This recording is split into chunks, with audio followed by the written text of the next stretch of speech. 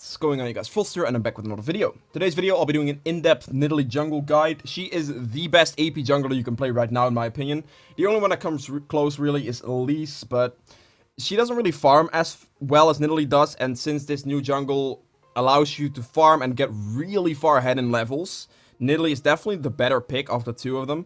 So, definitely pick Nidale up. I highly recommend it. She does take a little bit of skill to get used to it first, but after a while, you get the hang of it.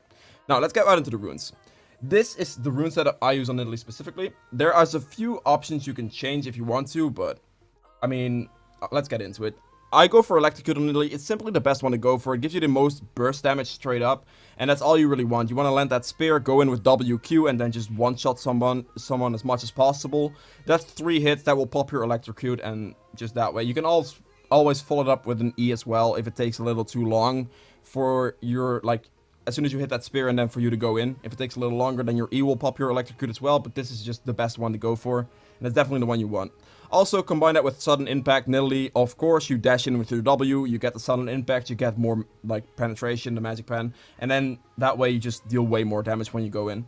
Now here, there's a few options. You can go Eyeball Collection, you can go Zombie Ward, you can go Ghost Borrow, anything you want, really. Zombie Ward and Ghost Borrow definitely can work really well on Nidale as well, because if you invade people on ward and get that vision control going, then Zombie Ward, for example, as soon as your ward dies, you have another ward, so you can then, like, it's really good to have Zombie Ward on Nidale if you're going for a very heavy invade style of Nidale. So definitely, in that situation, pick up Zombie Ward. I would, like, towards the higher elos, vision control becomes way more important. So at that point, Zombie Ward just becomes so much better.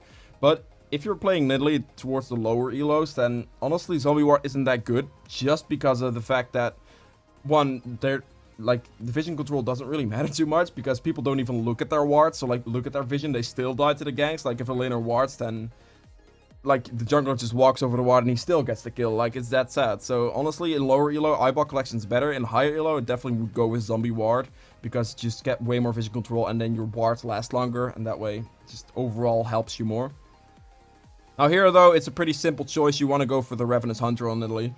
The reason for that is it heals you a lot for single target abilities. If, like, per bone, like, you can see how much healing this already is. Like, it's pretty crazy. It stacks up 5 times. You can definitely just, you land a spear, you get so much health back, especially if it's a max range spear. You go in with, like, your WQ, you get even more health back. So that's really helps you out in just 1v1 situations against the enemy jungler, and that's just definitely the one you want to go for. Now, on the second tree, you have a few options. You can go for the sorcery tree. You can also go for the precision tree if you want to. The other 2 trees, not too great on Nidale, but yeah. The sorcery tree, the options you have is celerity combination with water walking. I mean, honestly, the option you have is celerity, just in general, because if you throw a spear from the from a brush, you're gonna get more movement speed whilst you're in it, so it gives you more damage on your spear, and then you deal more damage like that. So ganking like that becomes a little easier. Plus, having more movement speed on Nidale is never bad, because you will always be running around the map farming, and then trying the counter jungle and all that kind of stuff. So celerity, definitely a very good pickup on Nidale, and the one I would recommend you to always get if you go for the sorcery tree. Now here, there are 2 options. I personally prefer water walking a little more, because you gain that extra movement speed, which allows you to get in position to counter jungle a lot easier. So definitely water walking is my preferred choice, but you can also go with Scorch, because as soon as you can use this Scorch to deal that little bit of extra spear damage, maybe if you want to snipe some laners, or just a little damage boost. Scorch on average will give you about 1,000 to 2,000 damage in your like, depending on how long your game is, like 20 to 30 minutes. Gives you about 1,000 to 2,000 damage ish if you hit enough spears, if you land enough traps, anything like that. Scorch can definitely help you out, just pushing that little bit of extra damage. Combine that with, like, Electrocute, Scorch, you can just, like, you can get the ball rolling a little earlier, if you know what I mean. Like, those close fights in, like, level 3, 1v1 against the enemy jungler or anything like that, Scorch can definitely help you out. So that's completely up to you. The other option is, you can also go for the precision tree and go for the classic triumph, like with Coup de Grace, or Coup de Grace, or however you say it. You can definitely go for that as well, because this, as soon as you take someone down, you can get that health restore plus a little bit of extra gold. Never bad. But then also Coup de Grace will just help you execute, so you land that spear. It's probably gonna put them below 40% health if you land on, like, a squishy target and you're decently far ahead, or, like, still in the earlier stages of the game.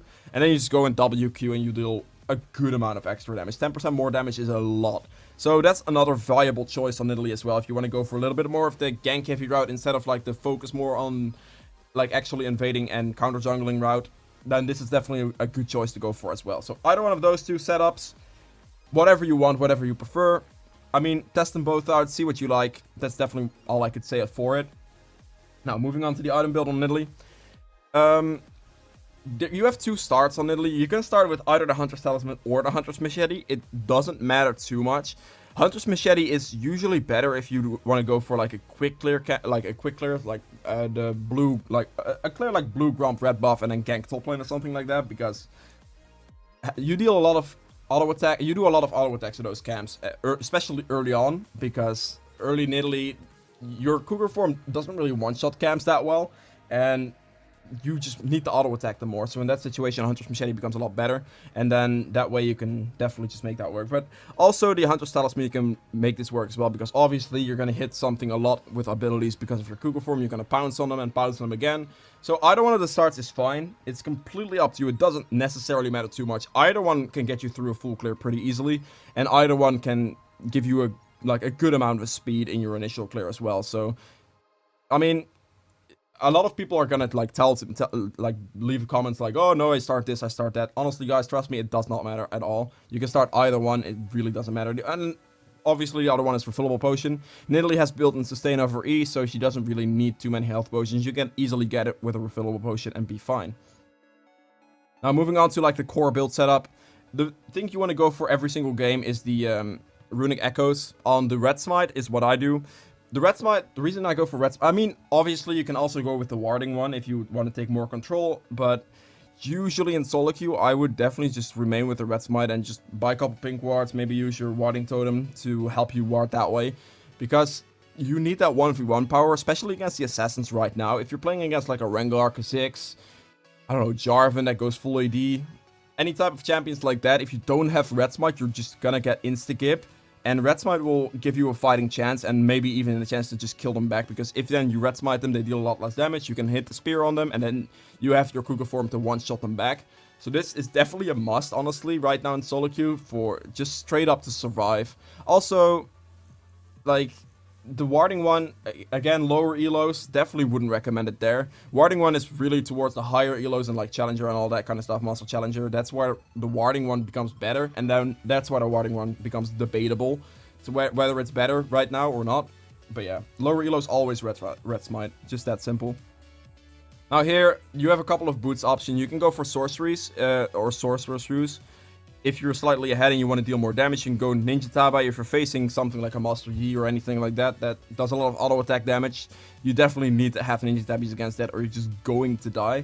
If you're against a lot of hard CC, you can also go with Mercs as well. Usually the boots I tend to go with aren't Sorks, because you don't really need the extra damage that much. The one thing you're looking for in Italy is to survive, really. So most games I'll go for Ninja Tabis. Some games I'll go for Mercs if I need them, and if I'm really far ahead, I'm doing really well in the early game, I can also go with Sorks as well if I want to improve my damage just a little bit more. Those are the options, and those are the situations where you get those. Now, obviously the main damage item on Nidale, that's the one you want to always get, is Lichbane. It gives you a lot of movement speed as well, which is very, very nice on Nidale. It can make you, it helps you position. It combines well with runic echoes and then also your boots. You're gonna have a lot of movement speed to run around with early on, quite early on, and then also your Cougar form W jumps. You can definitely just get around the map really fast, and that way you can clear the enemy jungle camps really fast, your own jungle camps really fast, and then at the same time still put that pressure on the map. Now, Lichbane is obviously a good item on Nidale because she has the Cougar form Q. It combines really well with Lichbane, so you hit someone with a spear, you go in, you WQ them, and then it's pretty much gonna insta-kip them because you have Lichbane and you deal all that extra damage to them right there and then. So it's just the one you want to go for, there's not a debate on that one. Now after this, there is a lot of variable items you can get.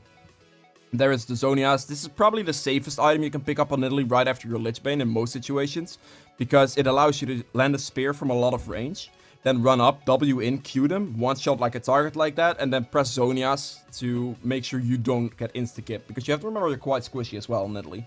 So that's the way for you to engage team fights and for you to have your team follow up and all that. So it's probably the safest bet to go for Zonias in most games, but you can also go for a Death Cap if you're far ahead. If you want to just get all that extra ability power in, you can go for a Void Staff. you can do anything really AP based. You can literally click ability power and look at like, okay, well, what do I want to get? And Athene's is a very good shout. Let's see, like, I can go for like a Leanderis if you want just straight flat magic pen. It gives you 50 magic pen, and this gives you like a scaling magic pen, like 40% magic pen. So if you're like looking for early game magic pen items, you can go for a Leanderis as well. It's going to give you a lot of extra health as well, makes you a little bit more tanky. So also Ludens is like a viable switch out that you could get for the jungle item later in the game. It gives you more movement speed, more ability power. So it's straight up, like, it's definitely a good shout to switch it out as like a final item.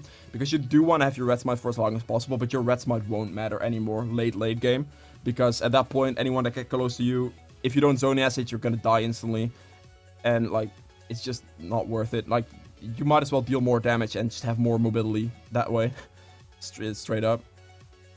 Now this is like pretty much the choices you have. Honestly, you can also have an Ardent Sensor if you're playing with something like a Kog'Maw. The only situation where I'd ever pick up an Ardent Sensor on Nidale right now, like before when Ardent Sensor was busted as hell, then it was just like a no-brainer every game. But right now, you just definitely only want to pick it up if you have like high attack speed based champions, like a Kill or a Kog'Maw, something like that.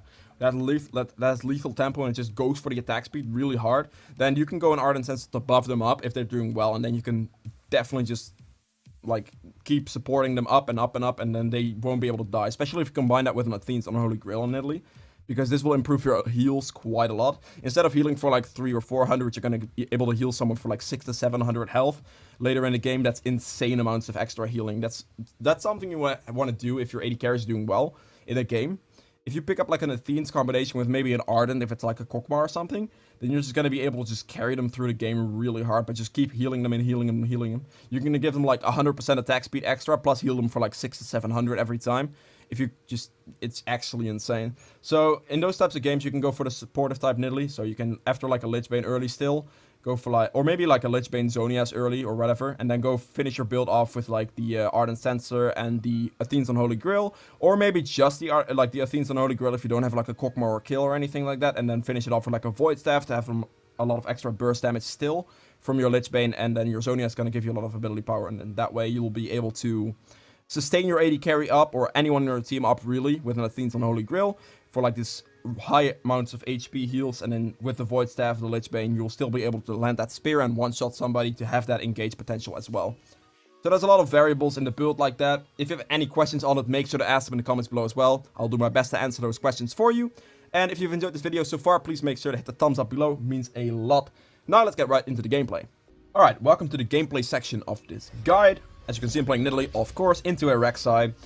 The Rek'Sai matchup for Nidale is actually pretty decent because you do clear faster than Rek'Sai does, so you can definitely get a full clear in while she is only like... She missed like 1 or 2 camps still. That's how much faster you can clear on Nidale. Also, Nidalee's early game against the Rek'Sai in a 1v1 fight, Nidale shoot windows.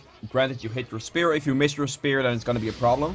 But against Rek'Sai, hitting your spear on Nidale becomes a little easier because just straight up the fact that if Rek'Sai is buried, you can't see the spear coming that well.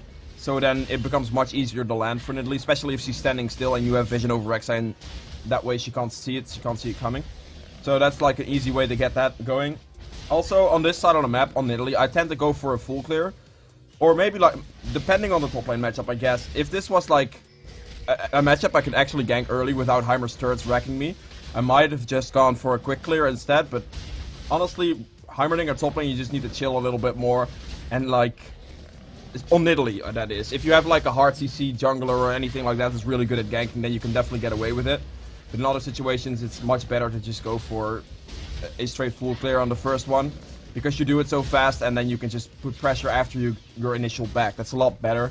That's a lot more consistent of a way to play, instead of trying to get those early ganks going and then falling behind in CS. Also, as you can see right now, what I mentioned earlier is the fact that I clear a lot faster than Rek'Sai does, because she just got done with her Grom, but then I took the entire extra time to actually do my Krugs as well, or my Golems, and we took the same amount of time to actually clear the jungle.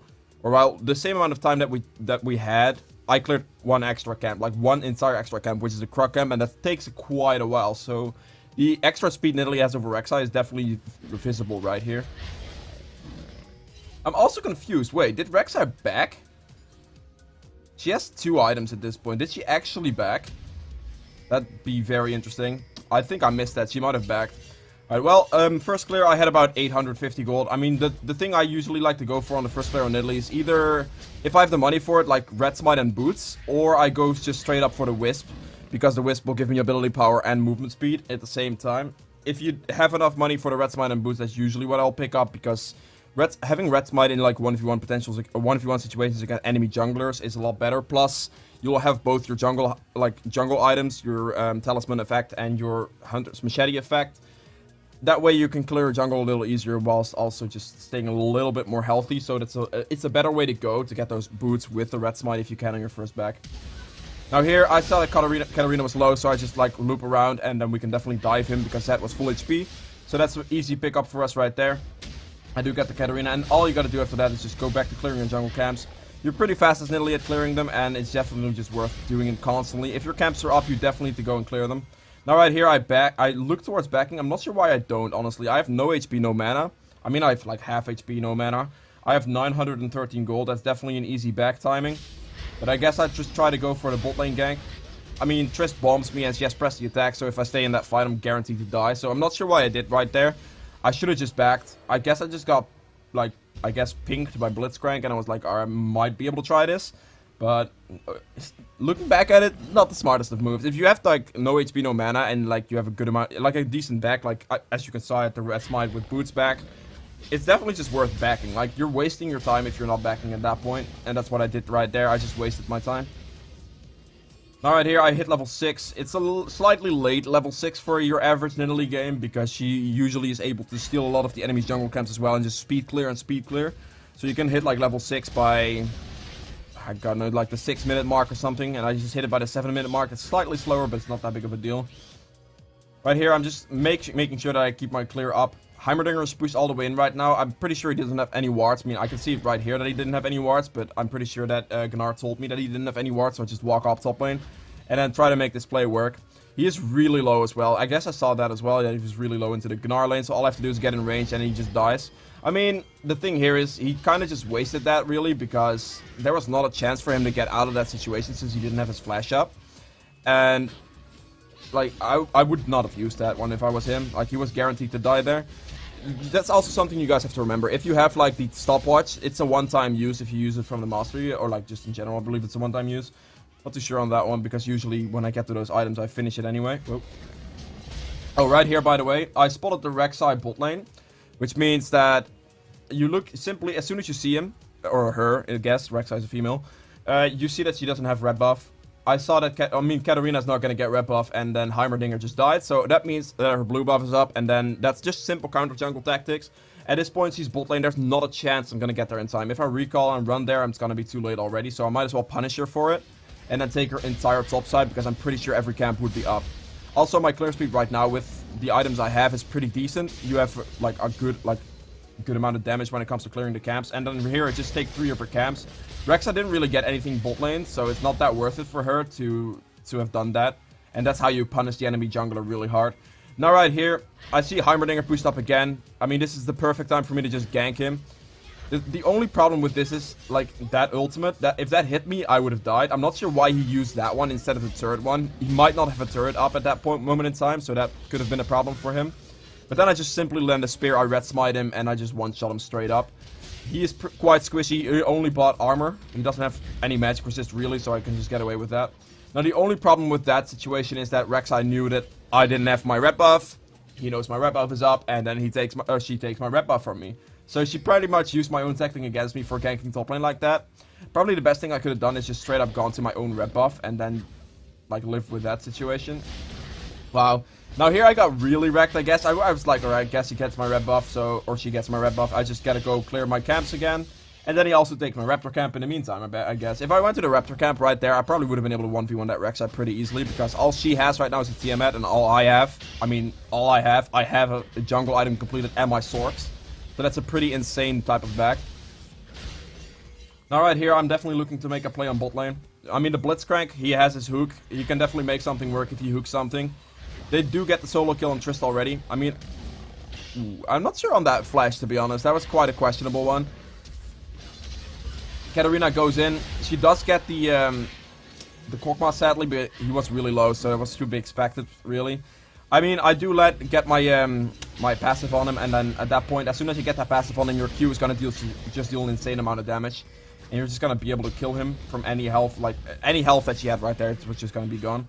Now, right there, I do pick up another few kills. I pick up the Katarina and the Rek'Sai, so I'm 5 kills right now, 5-0-1. 73 CS, which is not bad. I mean, it could definitely be higher if I counter jungled a little bit more and a little bit more effective. I could have been pressuring this Rek'Sai a little bit more this game as if I look back at it this game, this Rek'Sai has been making some random plays, and I definitely could have punished more. And the way you punish more is you get vision control in the enemy jungle. So you get that control wards, you place your wards in the enemy jungle, and then you track them.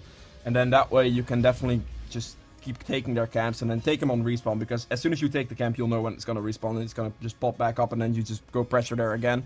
Because you're so far ahead of Rek'Sai, and this Rek'Sai is building armor against you as a Nidale, or in this specific game at least, then I can still straight up one-shot him, because land a spear on a buried Rek'Sai, just one-shot him straight up. I don't think, if my spear is long enough range, I'll deal enough damage to just completely delete him, especially with a Sheen right now. A Sheen on Nidale is actually insane, because it will amplify your damage by so much if you make sure you use the Sheen proc with your Q. Don't use any other attacks in between. You have to make sure that Sheen proc hits your Q. Now right here, again, I just go for bot lane. We tried to gank earlier, we forced some summoners out, and then all Blitz has to do is land a hook, and then we just kill him. So we get the Thresh for free. Thresh is the best target to go for, by the way, because especially if they're walking in the same line, because if you go for the Trist, Thresh can throw the Lantern, and then that way your gank's gonna fail, because then the Lanterns can save Tristana if you don't have enough damage. So definitely, if you go for a gank, try to go for the Thresh. He is priority. Like any type of gank, really. So, yeah, that's definitely the one to pick. After Thresh, you can always look to kill the AD carry as well. Unless you know you can one-shot the AD carry, then that's also good, but yeah. Another thing to note this game is I have a Kokma AD carry as a Nidale, and that's actually really good. This is the type of game where you can go like Ardent Censer and Chalice Nidale, because all you gotta do really is protect your Kokma. Your heal already gives you an insane amount of attack speed boost just in general, so you can have the Kokma have like 4.0 attack speed if you have lethal tempo. And most Kokmas go for lethal tempo, so that way you can definitely make sure that you just make him a monster and just keep sustaining him. Now Rek'Sai here again, just taking my jungle camps, prioritizing them over his jungle camps, really. That's all I wanted to say. I'm not sure why that was that difficult. Because, like, his bot jungle was completely up. Triss took it from him, of course, but, like, I don't know why he wanted to take mine. I guess I mean, it's fine. Like, it's pretty smart from on his part, just punishing me for being somewhere on the map. So taking my other camps, that's definitely what I said earlier as well. So yeah, that's definitely something to think note of. Right here, I'm sitting on quite a lot of gold. I think I definitely need to look towards backing soon, because I can pick up my Lichbane here. Getting a Lichbane power spike on Lily is pretty big. Alright, I think I just look for the Heimerdinger here. I did walk over a ward, he spotted me. But yeah, that's the ult turret. All you have to do in a situation like this, he places his ult turret down. Literally all you gotta do as a jungler is just stay back and just, like, if you're Nidale, just keep throwing spears, make sure he doesn't walk that way.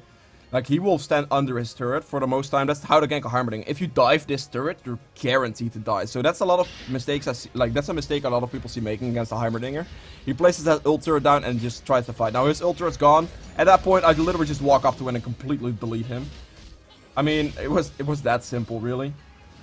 Elias has Zonias, and he didn't even use the Zonias active, which is quite interesting. Oh, there it is. At this point, Rift Herald is definitely a good objective to get. I mean, we have the pressure for it. We could easily take it. There's nothing in my bot side jungle for Rek'Sai to take, so that's just easy for me. Now, right here, his top side camps are up, but the mid lane, there were 2 people that we could just pick up, so we definitely want to go for that.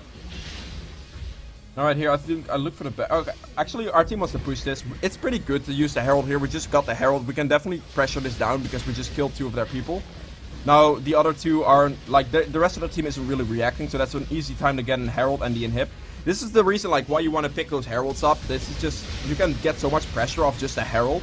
If you can kill some, like, maybe 2 people mid lane, and you have your entire team grouped like that, and maybe not in your top laner, that doesn't really matter, but Herald just opens up the map for you. Like, every single game, if you have the pressure for it as a jungler, you should definitely look towards doing the Herald. Like, I see so many people forget it, and Herald can switch games if you use it correctly. If you have a slight lead and use Herald to just shove down an inhibitor straight up, then it's just game over from that point. Like, right now, this game becomes really hard for us to lose, because the Kokma is really fat. He is 10, 3, and 7, sorry. And then I'm 7, 1, and 8. I mean, at that point, there's really nothing to do for them, because I can just keep healing the Kokma, give him a lot of attack speed boost while sustaining him up, and then there's nothing they can really do. They won't have the damage to one-shot the Kokma or just get through him. The only thing is, if they have healing reduction on the Kokma, and then I try to heal him, my heal will go down by quite a lot, and that's the situation where they actually can kill the Kokma. But then, again, it takes Kokma like 4 auto attacks to kill anyone on our team right now, or like, not 4 auto attacks, just like 2 seconds and like 26 auto attacks, because his attack speed is insane. So that's like, having a Kokma AD carry with Nidale, if you have a Kokma AD carry, picking Nidale is so good. You can definitely go Ardent Sense or Nidale with like the Chalice as well, and just completely support your Kokma. Give him insane amounts of boost, and that way like you just win. Obviously don't rush Chalice and Ardent just relying on your Kokma every game. What I did this game is precisely what you should be doing. You just rush that Lich Bane, get the damage proc from that, and then just go for a Zonias. Or maybe like a Death Cap, Void Staff, however far you're ahead. Zonias is usually the safest option, because it allows you to dive in after you land a spear, one-shot someone with your Q, or like with your second Q, I guess. And then that way you can get a lead that easily. Now also, the main thing I had to remind myself, like you have to remind yourself to keep doing, is keeping that farm up. I have 136 CS right now, compared to the enemy team that's pretty much on par with their AD carry and solo laners, but that's really far ahead of Rek'Sai, and that's really where you want to be at. I'm on par with my lane CS, which is slightly sad, I suppose, but there's been more fighting than actual laning, so it kind of lacks CS on that front. Usually on Nidale, you should be able to be on par with your lane CS at all times, whether you're fighting a lot or whether you're just this game where it's pretty much more like a type of pressure game and a lot of fights. That just impacts your CS a little bit, but usually if you're equal with like your AD carries / mid top laner, you should be good on Nidale. That's exactly where you want to be at. Now right here I complete my Zonias. That's pretty much just gonna be the moment in time where as Nidale you can literally just walk into the enemy team, go for it, just one-shot anyone, and then just press Zonias to save yourself, and then get back out that way, and hoping your team follows up. But that's the item you need, really, to be able to make plays. Just as soon as you land that spear, you can flash W in, and then just go for it. Now here, we could have ended the game, but then sadly the inhibitor respawned, and that forces us to back off again. To kill the inhibitor, and then they respawn again. We have to force a fight again, and then here they die, and I get very close to dying, so I need to be very careful. So at that point, we have to back off again. Sad inhibitor respawn, but hey. Now right here, the Trist was actually chasing me down, it looks like. And I remember this bit, it was quite funny. I was like, alright, I'll just hop over the wall or something. I see Trist coming in. I see like, alright, she's probably gonna chase me, so I can just stand still right there. And as soon as she chases me, like as soon as she gets a jump animation going, you can throw the spear into that direction from where she jumped from, because at that point it's gonna guarantee to land her if she jumps like towards you. So it's really like an easy hit. As soon as you land that spear on Nidale, Trist gets close, you just Q her with your other form and she's gone. Like this is a very easy tactic you can pull off against like any champion with like those types of jumps. You can pull that off and then just be fine. Now here I do believe my next few items will be like, in this specific game, obviously it's gonna be over by now, because of just the amount of pressure you got early game and got going, and really the fights you got going that way, and Kokma got fed.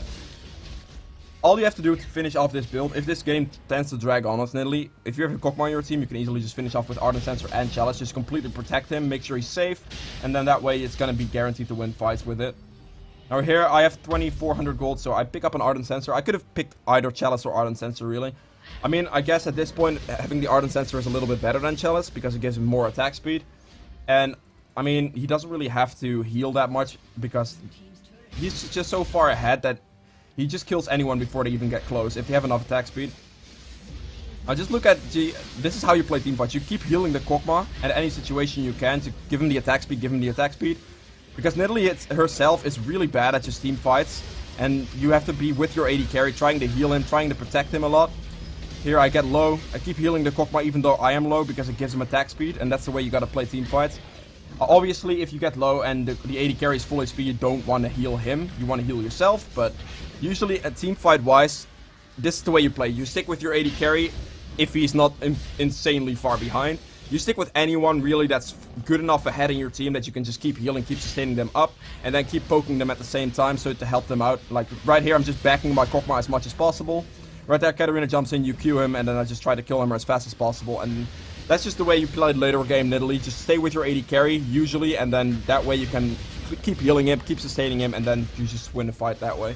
Because Nidale herself is really bad at team fights. You can land a spear and just assassinate someone with like a dive-in Zonias. There's a good chance you can die for that, and playing it with your AD carry and then you're playing off your heal with the attack speed boost is a lot better of a way to go.